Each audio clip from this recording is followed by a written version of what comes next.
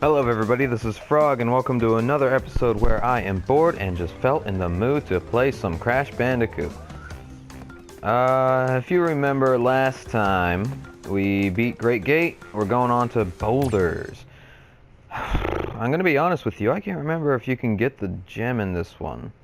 Looks like from the hint you can break all of the boxes in the level to earn a clear gem. Well, that clear gem is gonna be mine. Oh man. Okay. I played this earlier this week with my friend Pat's the Best. We did a relic race, a relic challenge. You know, we're trying to get all the relics in the game, or at least all the platinum relics, and we got 2 out of the 6 levels that we tried. And then we played this version, you know, Crash 1. And got the platinum relic to Stormy Ascent. I found out though that it did not save before I did that, before exiting out of the game. So I have to try it all over again just to get that relic again. I'm not excited. I'm not happy about that. And Pat, if you watch this after it's put up, yeah, you heard me right. That actually happened. Alright, so I already got all 16 boxes. This is the last spot here that really makes it a challenge. You know, they designed these levels off of that Indiana Jones boulder chase. That's where they got the concept of it. Da-da-da! I like how they kept that. That was from the original. Obviously different voice actor, but it's the same general concept. Really quick, easy level.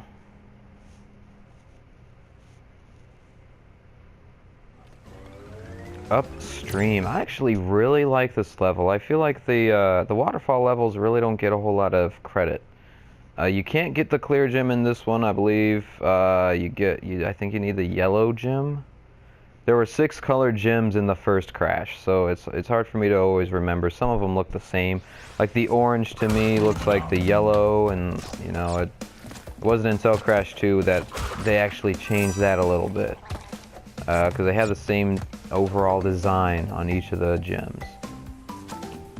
It's a lot more definable in Crash 2 and 3. And they did such an amazing job with this level. It looks so nice.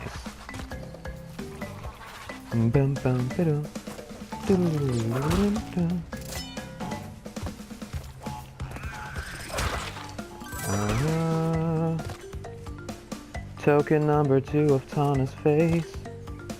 Boom, boom, boom. Ooh. You guys might have noticed I did just release episode 2 of On the Fence. If you guys want to check that out on my YouTube page, it is up and ready. I decided to get away from trying to just do just video games. So that On the Fence is not about video games. I still do talk about it just because of the topic, and you'll see if you decide to go on there. But it's something good, an ageless debate. Everybody at some point has some form of opinion about it. But the question really is, like, does anybody know why they have that opinion? You know, what's the real story between the 2 options? And I hope that video sheds some light on there. I would highly recommend checking that out.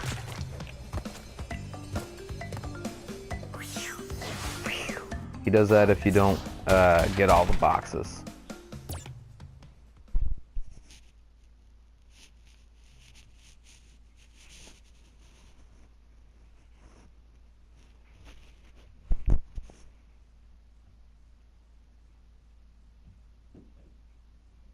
Loading. The Wampa Islands. Papu! Yeah, he's got a bit of a story for this game. Body blows don't hurt him. You have to hit his head. And what's funny is in the original, he actually had 3 life hits. and I believe it was the Japanese version he had 5. You know, so Americans, we got a 3-hit Papu Papu. Other places around the world got a 5-hit.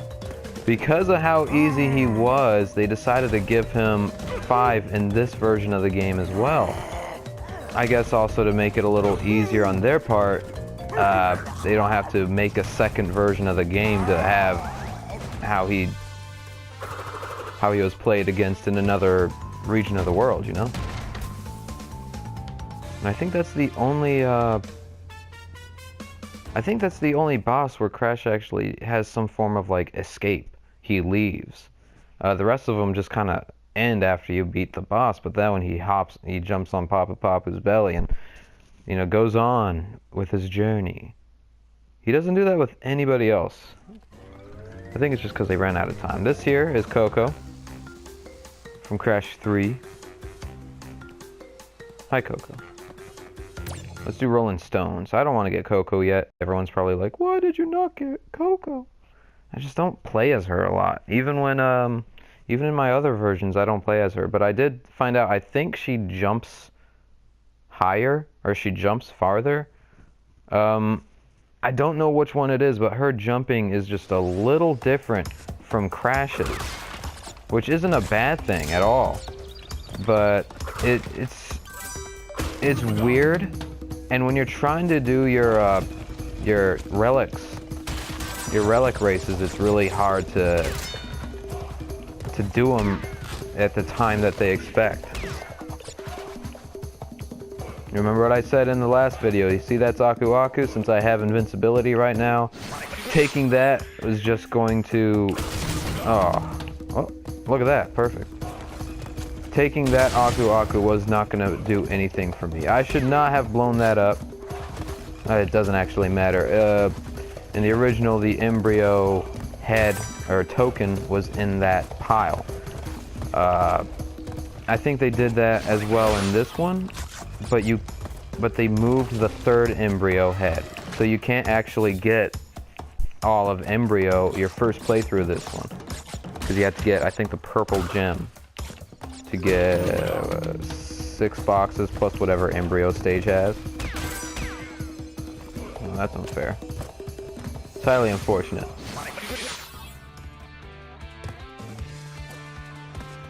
Had to get rid of my invincibility Aku Aku. Boom, boom, boom, boom. Ah, goodbye life. Come on now. Sometimes the jumping is a little faulty. We'll really know that when we hit the highway levels, the high roads. The road to nowhere and the high road. Blue gem. My apologies. I said purple earlier. It's the blue gem.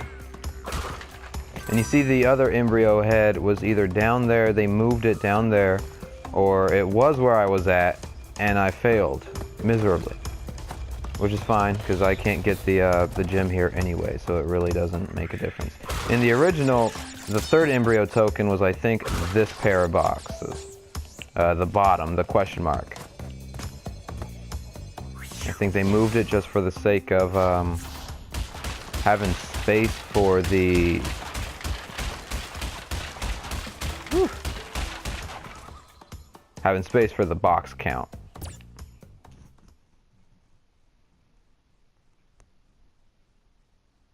I think I could throw in one more. I've been flying through this. How many levels have I done? Like 5? It's maybe been 10 minutes. Yeah, it's just about been 10 minutes. Let's do this level and then I'll let this go. Hog Wild. Hold jump to bounce higher on drums. Just like if you hit a drum harder, you will create an impact, and the head will... I don't know.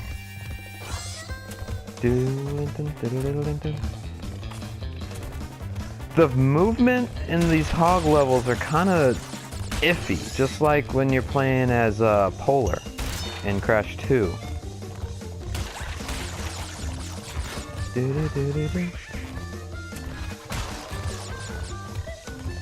I kinda like the remastered music in this level, and I kinda don't. Oh, see? Yep, I should have made that. It's those faulty hitboxes that they talk about. So what is it? Hitbox -2. You know, in positive word. I gave it 1 and then it went down to 0. So I guess it's -1. I think that was also my first life that I've lost in this playthrough.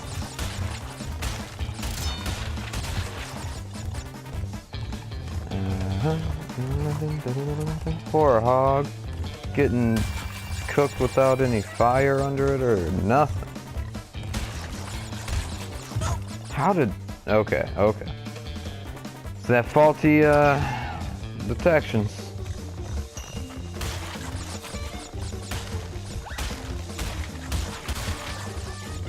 Uh-huh.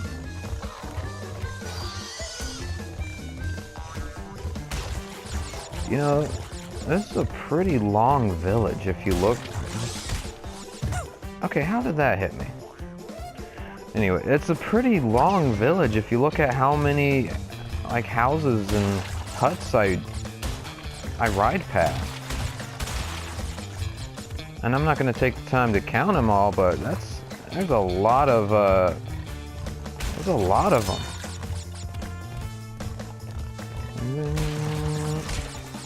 Am I jumping too late? Too early? What is that one hog? Good thing I'm ending after this episode. This might take me another try or two.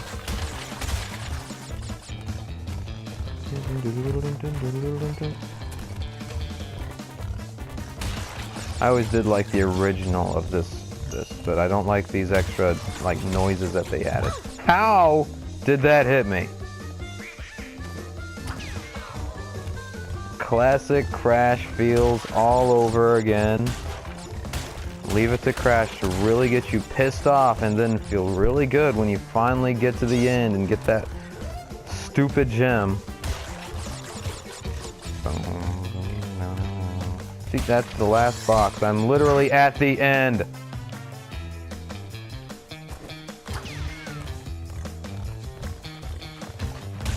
I'm so upset.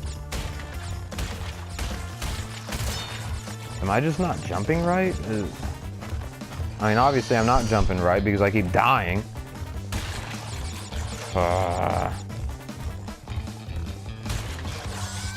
There we go. Okay. I remember my first time playing through this game, I actually missed that gem. I had to go back over that whole level all over again just to get it. Da-da-da! Alright. So you can only get, I think, just 3 gems off this whole island. Yeah, there's one more level, yes, but you can't get the gem on that yet. So when you're playing through this for your first time, just remember you can only get 3 gems when you're playing through here for your first time. It's after you get past the end of the second island that you can start getting a little more. I think you get 2 colored gems on the second island, and then the third island is where you get the rest. Anyway, that was a little tidbit of information for you. Also, I'll tell you in the next part actually. I want to show you one thing though. There was DLC that came out for this game because of this infamous level full of mystery, which I talk about at greater length with Pat's the Best in my stream that I did earlier this week. If you want to check that out, see my playthrough to get, I think it was 3 minutes and 7 seconds to get the Platinum Relic. Check that out if you would like. It's just the last 5 minutes of that video if you want to see a playthrough for that. But yeah, I also give the history, the backstory of Stormy Ascent in that stream. So if you want to check that out, be my guest. And that should be it, guys. The next level we'll be doing is Native Fortress. So, till next time.